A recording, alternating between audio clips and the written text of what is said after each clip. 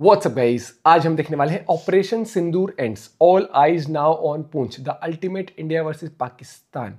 तो भाई देखते पूरी वीडियो। शुभंकर मिश्रा सर के चैनल से है, चैनल बने तो प्लीज सब्सक्राइब और वीडियो कर दे लाइक। 1 2 3 गो।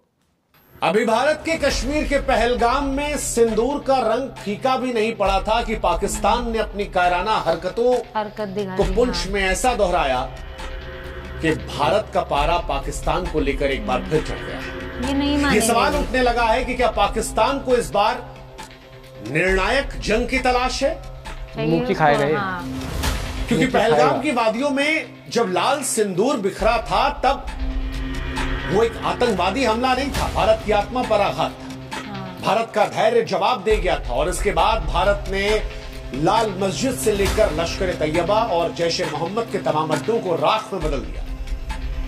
भारत ने बताया कि इस बार हमला आतंकियों पर हुआ है, लेकिन पाकिस्तान अगर अपनी नापाक हरकतें खत्म नहीं करेगा तो फिर भारत हर एक खून का बदला खून से लेगा। लेकिन पाकिस्तान ऐसा लगता है कि पागलपन के रास्ते पर निकल चुका है। 6-7 मई 2025 की रात पुंछ एलओसी के पास पाकिस्तानी सेना ने निर्दोषों पर हमला करना शुरू कर दिया। कभी यहाँ से सिविलियंस को टारगेट नहीं करते। इस हमले में 12 लोगों की मौत हुई, 4 बच्चे थे, कई घायल हो गए और सबसे दर्दनाक तो गुरुद्वारा श्री गुरु सिंह सभा साहिब पर हमला था, जहां पर रागी भाई अमरीक सिंह, पूर्व सैनिक अमरजीत सिंह, दुकानदार रंजीत सिंह, बलविंदर कौर रूबी की जान चली गई। ये सिर्फ एक हमला नहीं था, ये सिख समुदाय के पवित्र स्थल और इंसानियत पर पाकिस्तान का प्रहार था। पाकिस्तान पहले भी पुंछ को आतंक का शिकार बनाता रहा है और एक बार फिर उसे खून से लथपथ किया। हालांकि भारत ने सियालकोट में वो खून की होली खेलकर इसका जवाब दिया है, लेकिन पाकिस्तान की यह कार्रवाई ऑपरेशन सिंदूर के जवाब में थी। पाकिस्तान की यह कार्रवाई उसकी हताशा, उसकी नीचता का सबूत थी। पाकिस्तान का गुरुद्वारे पर हमला, जहां अरदास और शांति का संदेश गूंजता है, पाकिस्तान की मानसिकता को उजागर करने वाला था कि पाकिस्तान पागलपन की किस हद तक जा चुका है कि जो भारत को अस्थिर करने के लिए अब किसी भी हद तक जा सकता है। पाकिस्तान की इस हरकत के बाद सवाल सिर्फ अब बदले का नहीं रह गया, सवाल उस अंतिम प्रहार का है जो आतंक की जड़ों को उखाड़ फेंके। पुंछ का खून, पहलगाम का जख्म और गुरुद्वारे पर हमला अब और सहनशीलता की मांग नहीं करता और इसीलिए आज 140 करोड़ आवाम पूछ रही है कि क्या यह वक्त नहीं कि भारत एक ऐसा सबक सिखाए जो पाकिस्तान की मौजूदा सत्ता ही नहीं बल्कि उसकी आने वाली नस्लों को भी बेगुनाहों पर आतंक फैलाने के ख्याल मात्र से थर्रा दे। सवाल यह है कि पहलगाम के बाद भारत ने ऑपरेशन सिंदूर किया। अब जब पाकिस्तान नीचता पर आ गया है और आम लोगों को निशाना पुंछ में बना रहा है, तो भारत का अगला कदम क्या है? भारत के पास कई रास्ते हैं, लेकिन प्रत्येक रास्ते को सावधानी और दृढ़ता के साथ चुनना। जैसे सैन्य कार्रवाई का रास्ता है, ऑपरेशन सिंदूर जैसे सटीक हमलों को और तेज करना पड़ेगा। विशेष बलों के जरिए सीमा पार घुसपैठ कर आतंकी ठिकानों और उनके आकाओं को फिर से निशाना बनाना होगा। भारतीय सेना ने पहली ही जवाबी कार्रवाई में पाकिस्तान की तमाम चौकियों को नष्ट कर दिया था। हमने मसूद अजहर को रोने बिलखने पर मजबूर कर दिया था। दूसरा तरीका, कूटनीतिक दबाव। भारत को वैश्विक मंचों पर पाकिस्तान को अलग थलग करना होगा, दिखाना होगा कि वो पाकिस्तान जो हिंदुस्तान से सीधा नहीं लड़ सकता, वो कभी पहलगाम में किसी के कलावे को देखकर, किसी के धर्म को देखकर उनके माथे में गोली मारवाता है, कहता है जाकर अपने देश के प्रधानमंत्री को बनाना। वो कश्मीर और बाकी राज्यों के बीच में खाई पैदा करना चाहता है। वो हिंदुस्तान में हिंदू मुसलमान का बवाल करवाना चाहता है और अब पाकिस्तान के आतंकवाद को दुनिया के सामने एक्सपोज करना होगा, उसके खिलाफ कड़े प्रतिबंधों की मांग करना होगा, सिंधु जल समझौते पर पूरी तरह से रोक लगाना होगा, अटारी बॉर्डर जो हमने बंद किया है ऐसे और निर्णायक कदम उठाने। इसके अलावा आर्थिक नाकेबंदी कर सकते हैं। पाकिस्तान पहले से कमजोर अर्थव्यवस्था पर है और दबाव डालो। पाकिस्तान की हैसियत नहीं लंबी लड़ाई लड़ने की, वो 4 बार ऊपर टिक नहीं सकता। आतंकी संगठनों के वित्तीय स्रोतों को नष्ट करने के लिए अंतर्राष्ट्रीय सहयोगियों के साथ मिलकर कदम उठाना होगा। खुफिया और साइबर युद्ध लड़ना होगा। पाकिस्तान वो देश है जो मिस इन्फॉर्मेशन से भरा हुआ है। फेक न्यूज की हर जंग पाकिस्तान जीत सकता है। भारत के उसने 5 राफेल उड़ा दिए, भारत के मंत्रियों में लड़ाई करवा दी, भारत के तमाम इलाकों को उसने उड़ा दिया फेक सिर्फ झूठ पे। वहां पर भारत को सतर्क रहना होगा। पाकिस्तान के आतंकी ढांचे को कमजोर करने के लिए साइबर हमले, खुफिया ऑपरेशनों को बढ़ावा देना होगा और भारत ने इस बीच में ऐसा किया है। डिजिटल स्ट्राइक उसका एक जीता जागता उदाहरण है। इसके साथ ही भारत को आंतरिक सुरक्षा पर ध्यान देना होगा। जम्मू कश्मीर में सुरक्षा व्यवस्था को और मजबूत करना होगा, खासतौर पर पुंछ जैसे सीमावर्ती इलाकों में जो नागरिक रहते हैं उनकी सुरक्षा के लिए बंकरों का, अस्थायी शिविरों की व्यवस्था बढ़ानी है। साथ ही स्थानीय लोगों को जब तक ये बंकर नहीं है कहीं और शिफ्ट कराना होगा। उन्हें एहसास कराना होगा कि लोग फौज का साथ दे, आतंकवाद के खिलाफ एकजुट हो, जागरूकता अभियान चले। पाकिस्तान ने जो पुंछ में किया है ये पहली बार नहीं है, ये पहले भी ये करता है सिविलियंस को टारगेट। पाकिस्तान की ये हरकत हर बार रखी है। 1947 के बंटवारे से लेकर 1965, 71, 99 करगिल युद्ध और अब हर बार इसकी रणनीति वही रही।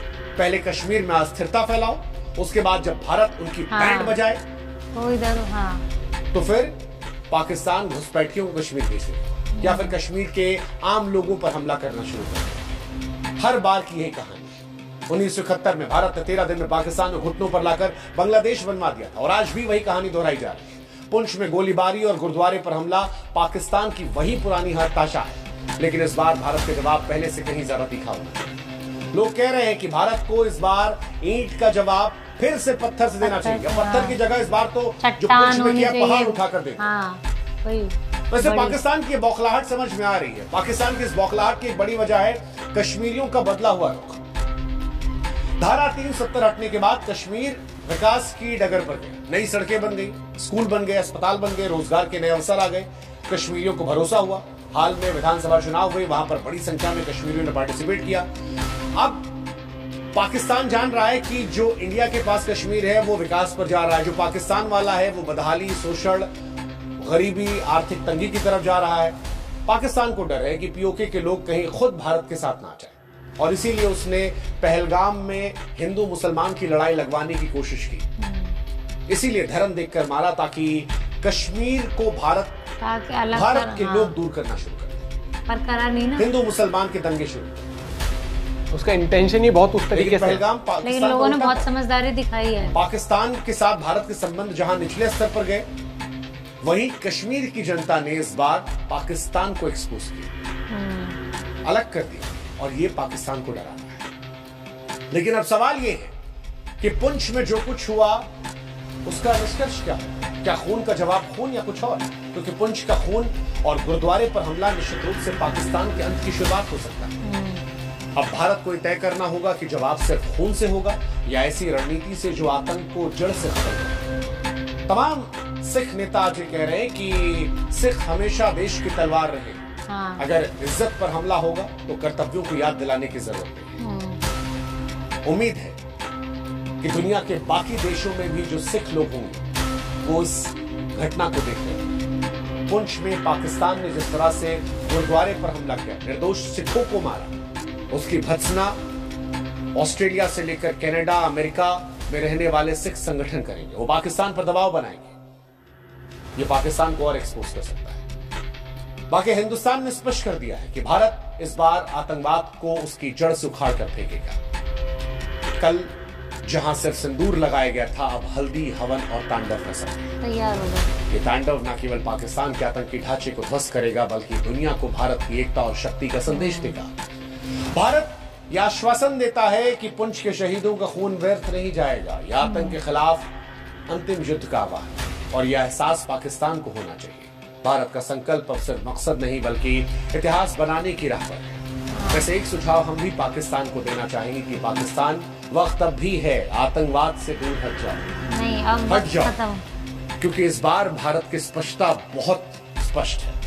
आतंकवाद को लेकर जीरो टॉलरेंस और जिस तरह से तुम इंसानियत को शर्मसार करने की कोशिश कर रहे हैं, सिखों पर हमला करके आर्मी के बस की ही नहीं है कि आर्मी से लड़े, इंडियन आर्मी से। इससे इंसानियत शर्मिंदा हो गई। अगर ये हरकतें बंद नहीं हुई तो कहीं ऐसा ना हो कि जिस पाकिस्तान का जन्म 1947 में हुआ था वो 2025 में इतिहास में रह जाए। वक्त अब भी है, वक्त रहते समय। जय हिंद, जय भारत, जय पाकिस्तान। ये जब पिछली बार इतना ये उस पे अंत के पे उतरे थे ना, तो बांग्लादेश बना था ऑलरेडी तैयार बैठा है एक कटने के लिए, खुद ही देखा है अंदर टुकड़े होने के लिए। बलूच वहां से ठोकेंगे, अफगानिस्तान वहां से घुसेगा, हाँ, यहाँ से इंडिया।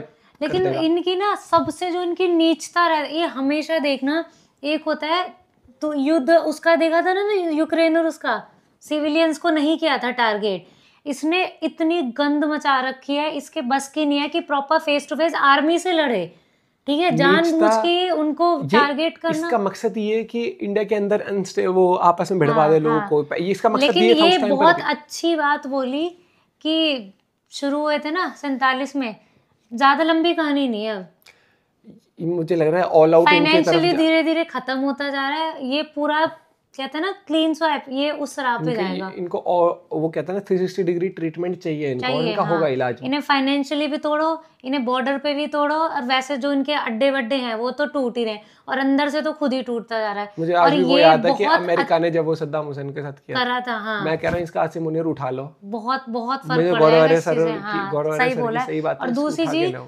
कि देखो, नो डाउट कश्मीर में लोकल सपोर्ट मिला है उन्हें, लेकिन उसके लिए पूरे कश्मीर को नहीं बोल सकते, वो फैक्ट है, ठीक है। और वो तो चाहते हैं कि उनकी कोशिश पता है क्या था, उनकी कोशिश ये थी कि तुम, मैंने शुरू में था कि बॉयकॉट जैसे लोग बोल रहे थे, लेकिन मैंने ना उनकी एक वो कौन से हैं, विकास है, वो कौन है, विकास करके हैं जो वो सर हैं, विकास विद्यार्थी ऐसे करके, पता होगा, यूपीएससी की तैयारी कराते हैं उनका ना। मैंने एक वीडियो देखी थी, आधा घंटे की है वो, बहुत बढ़िया वीडियो से उन्होंने ये चीज़ बोली थी, लोगों का खून खौल रहा है, गुस्सा है और होगा, लेकिन आपका गुस्सा किसी और के पर्पस को सर्व तो नहीं कर रहा, समझ रहे हैं। गुस्सा हिंदू मुस्लिम ऐसी वाली करा दो बहुत ही ज्यादा, समझ रहे हैं। लोग कश्मीर को बॉयकॉट करेंगे, टूरिज्म खत्म होगा, वहां पे अनएम्प्लॉयमेंट बढ़ेगी, फिर वो क्या करेगा। देखो, जब आदमी के पास जब तक रोटी है, काम उसका चल रहा है, 2 पैसे घर में आ रहे हैं, उसे मतलब नहीं है। हाँ, जब ये चीजें कट हो जाएंगी तो वो फिर वापस हथियार उठाएगा। आम आदमी चोरी करने क्यों मजबूर होता है, जब वो पढ़ा लिखा नहीं है, काम उसके पास नहीं है बिल्कुल ही, इसीलिए। वो सोचता है कि भैया ऐसे गुजार। जिस देश में ऑलरेडी पता है कि थोड़ी टेंशन है हिंदू मुस्लिम वाली, वहां इस चीज को और भड़काओ। भैया देखो, सीधी सी बात है, इनको मत छोड़ो अभी इनको ठोको, इनका हाल वो कर दो कि ये ना, इनकी आर्मी भी अपनी नॉर्मल डेली जॉब पे जाने पे भी खौफ खाए। जहाँ देखो, जहाँ अब प्रेज करा जाता है ना, आज मुझे इसलिए वो लगा कि ये जो था ना, सारी पार्टीज सब ने, मतलब ट्विटर देख ले, सब ने मतलब इंडियन आर्मी को भी इतना प्रेज किया और साथ में खड़े हैं, वो मुझे बहुत अच्छी चीज लगी। और जो पूंछ में हुआ है, इसका होगा, इनका इलाज अब ये खुद ही मौका दे रहे हैं। आप हिंदू मुस्लिम हो, क्रिश्चियन हो, जो भी सिख ईसाई जो भी हो, लेकिन ये टाइम है, आप एक इंडियन फ्लैग के अंडर हो ना, जितने भी हो। इंटरनल इश्यूज हर देश में होते हैं, लेकिन कोई भाई एक बात बता, घर में अगर ज्यादा लोग होते हैं तो बसते हैं, बाहर का आगे थोड़ी कुछ कहा जाएगा। सबसे बड़ी बात है, पूंछ में करके ये अपना खड्डा, अपनी खाई खुद खोद रहे हैं। हाँ, उस पे नहीं करना चाहिए था। आप अपना पॉइंट शेयर करेगा। मिलते हैं वीडियो के साथ। जय हिंद, जय भारत।